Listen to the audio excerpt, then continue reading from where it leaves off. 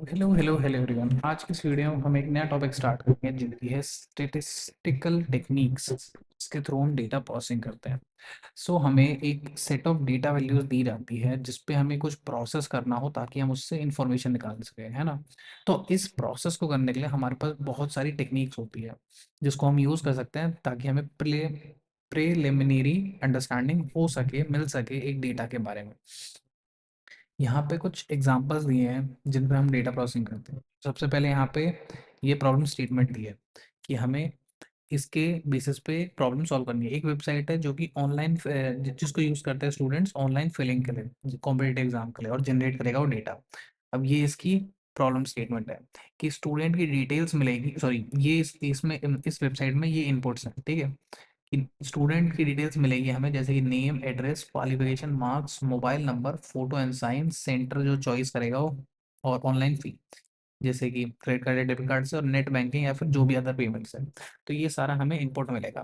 फिर इसके बाद हम प्रोसेसिंग करेंगे इस सारी डिटेल्स की कि जो डेटा मिला है वो करेक्ट है नहीं, ठीक है। और एलिजिबिलिटी जो है वो एज पर एडवर्टीजमेंट है या नहीं, फीस पे है या नहीं, फोटो और सिग्नेचर अपलोडेड है या नहीं। एक उसके बाद ही हम एक रोल नंबर को जनरेट करेंगे और इसे ऐड कर देंगे हम लिस्ट ऑफ एलिजिबल एप्लीकेशन के लिए। अब इसके बाद हमें आउटपुट मिलेगा एग्जामिनेशन एडमिट कार्ड, जिसमें हमारा roll number, centre address, date and time of test से ये सब कुछ स्पेसिफाइड होगा। इसी इसी की तरह हमारे पास एक और एग्जांपल है। प्रॉब्लम स्टेटमेंट होगी, बैंक है, उसमें विड्रॉल ऑफ कैश हम थ्रू एटीएम कर रहे हैं उसकी ब्रांच से। तो हम एज एन इनपुट ये सारी डिटेल्स देंगे, पिन नंबर, अकाउंट टाइप, जो भी वगैरह, ठीक है। फिर इसके बेसिस पे हम प्रोसेसिंग करेंगे, जैसे कि जो पिन नंबर हमने एग्जिस्ट किया वो वैलिड है नहीं, बैंक बैलेंस एग्जिस्ट कर रहा है नहीं, अगर वो सेटिस्फाइड है या नहीं। फिर उसके बाद ही हम डिडक्ट करेंगे अमाउंट जो उस अकाउंट में से जितने उन्होंने एटीएम के थ्रू निकालने हैं। फिर एज पर आउटपुट हमें मिलेगा हमारे नोट, एक प्रिंटेड स्लिप और ट्रांजेक्शन डिटेल्स, ठीक है। अब थर्ड, कोई लेट्स सपोज हमने ट्रेन टिकट ली, उसके साथ इशू है। तो ये हमारी इनपुट्स आ गई कि हम पहले जर्नी देखेंगे कि कहाँ से कौन सा स्टेशन स्टार्ट है, कहाँ से एंड है, ठीक है, और डेट ऑफ जर्नी और वगैरह वगैरह जो भी डिटेल्स होंगी वो हमें यूज़र से मिलेंगे। उसके बाद हम प्रोसेसिंग के लिए वेरीफाई करेंगे कि लॉगिन डिटेल्स, पहले सबसे पहले लॉगिन डिटेल्स देखेंगे। फिर चेक करेंगे कि अवेलेबल है वो बर्थ उस क्लास में या नहीं। अगर पेमेंट डन है तो हम एक टिकट को इशू कर देंगे और डिडक्ट कर देंगे number from total available ticket में से, जितनी भी टिकट्स बुक करी हो।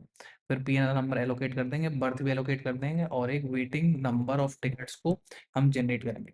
फिर हमें आउटपुट में मिलेगा एक टिकट बर्थ के साथ, कोच नंबर के साथ, और ये एक इशूड टिकट और एक वेटिंग लिस्ट नंबर।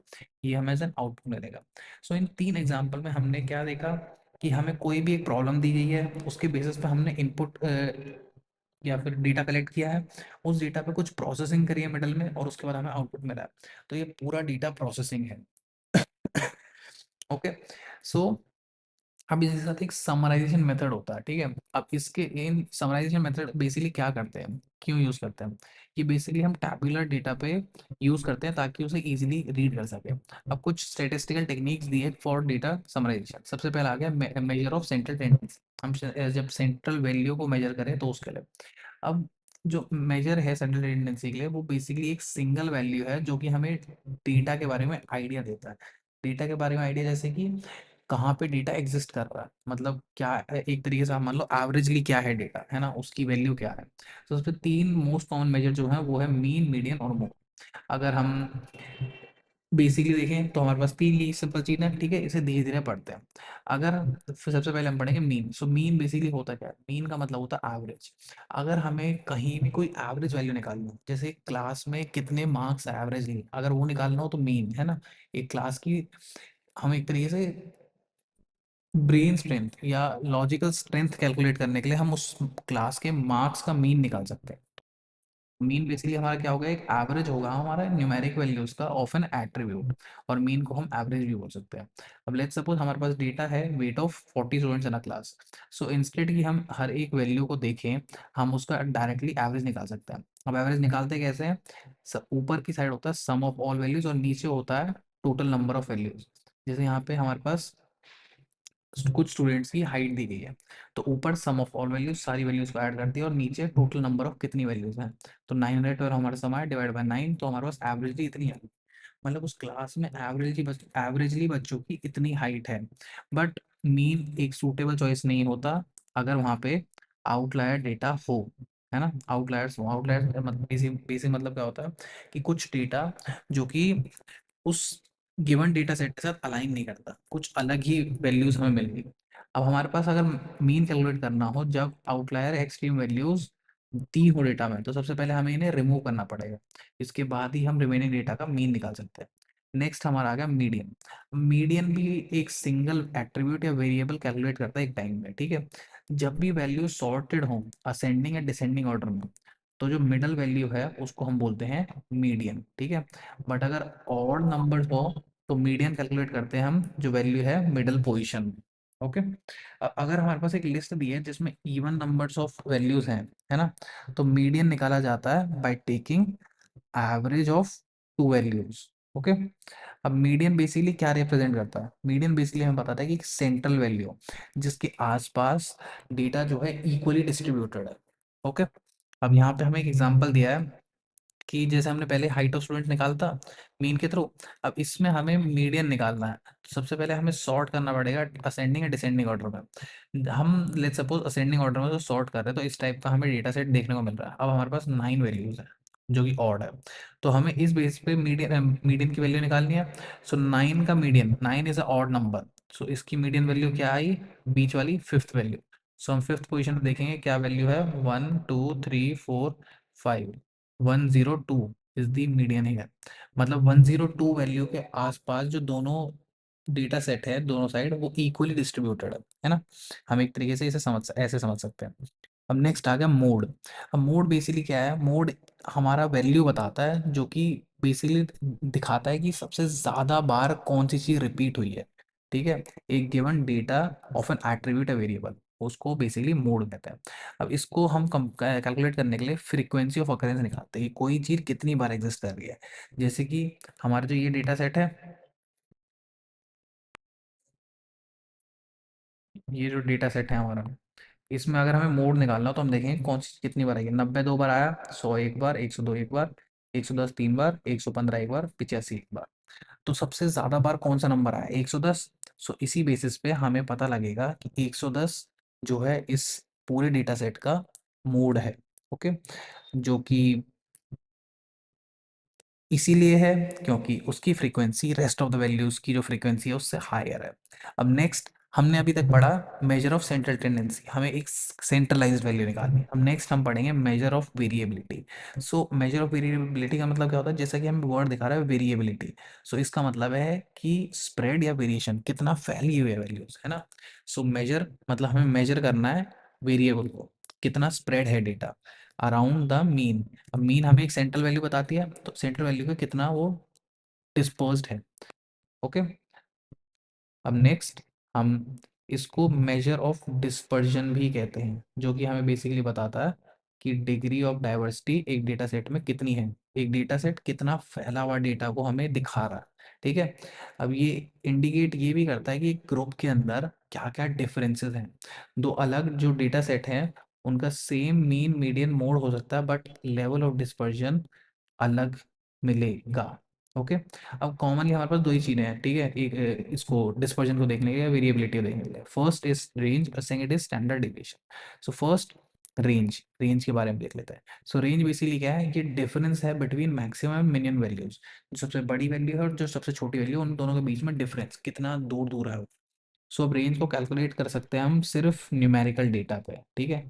और ये एक मेजर देता है कि कितनी फैली हुई डेटा, कितना मतलब कितनी बड़ी वैल्यूज का डेटा दिया है, जैसे 1 से लेके 10,000 तक, how much it is spread, ठीक है। लेट्स सपोज हमें एक एग्जांपल ने दिया है कि सैलरी ऑफ एम्प्लॉयज कैलकुलेट करनी है, या फिर मार्क्स ऑफ स्टूडेंट कैलकुलेट करने हैं, या फिर प्राइस ऑफ टॉयज। सो इन सब एग्जांपल में हम रेंज को कैलकुलेट कर सकते हैं। एज रेंज को कैलकुलेट करने के लिए हमें दो एक्सट्रीम वैल्यूज चाहिए, तो कोई भी अगर आउटलायर हुआ गलती से भी डेटा में, तो ये हमारे रिजल्ट को बहुत ज़्यादा ही क्या कहते हैं दिक्कत दे सकता है। अब लेट्स सपोज एम जो है हमारे पास लार्जेस्ट है मैक्सिमम वैल्यूज, और एस जो है हमारे पास स्मॉलेस्ट है मिनिमम वैल्यू है। तो रेंज को कैलकुलेट करने के लिए एम माइनस एल करेंगे, मैक्सिमम माइनस मिनिमम। सो ऊपर जो हाइट वाला एग्जांपल था, सबसे हाईएस्ट हाइट क्या थी हमारे पास 115 और सबसे लोएस्ट थी 85। तो अगर हम इसकी रेंज निकालेंगे तो ये आएगी 30, कॉज 115 माइनस 85 इज 30। ओके। अब नेक्स्ट इज स्टैंडर्ड डेविएशन। अब स्टैंडर्ड डेविएशन बेसिकली क्या बताता है कि डिफरेंस कितना है ग्रुप में या फिर सेट ऑफ डेटा। सो एक तरीके से समझ लो, हमने मीन निकाला, ये लेट्स सपोज इस टाइप से वैल्यूज है, these dots are the values. Okay, ये हमने मीन निकाला। अब स्टैंडर्ड डेविएशन बताएगा ये जो मीन है हमारी बीच वाली लाइन, इससे ये कितना दूर है। एक तरीके से आप ऐसे भी समझ सकते हैं ये वैल्यूज कितनी दूर है। ओके।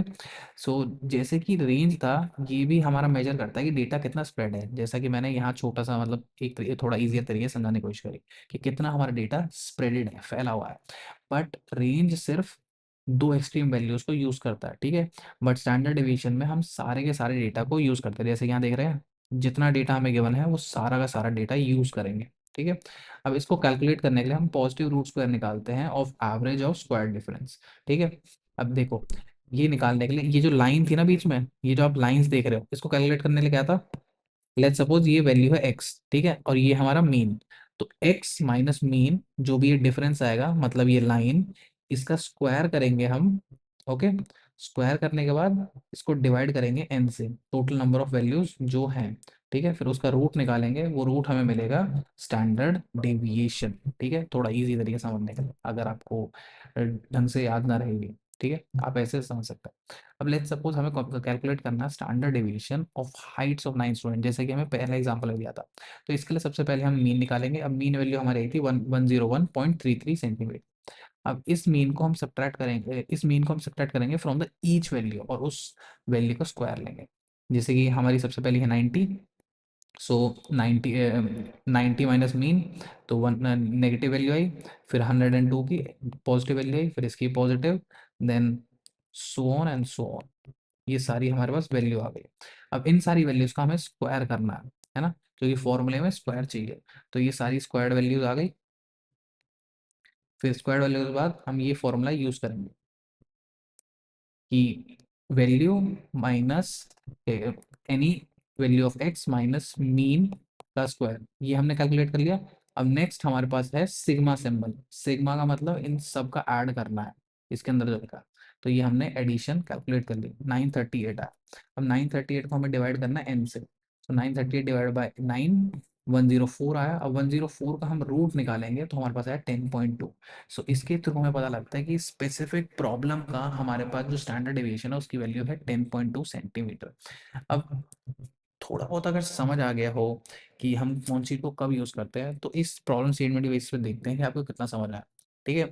सबसे पहली प्रॉब्लम स्टेटमेंट है हमारी, एक मैनेजमेंट है कंपनी की जो कि देखना चाहती है कि सैलरीज में कितनी डिस्पैरिटी है, कितनी कितनी इधर उधर है सैलरी, मतलब कितनी फैली हुई है। ओके, तो इसको कैलकुलेट करने के लिए हम क्या लेंगे,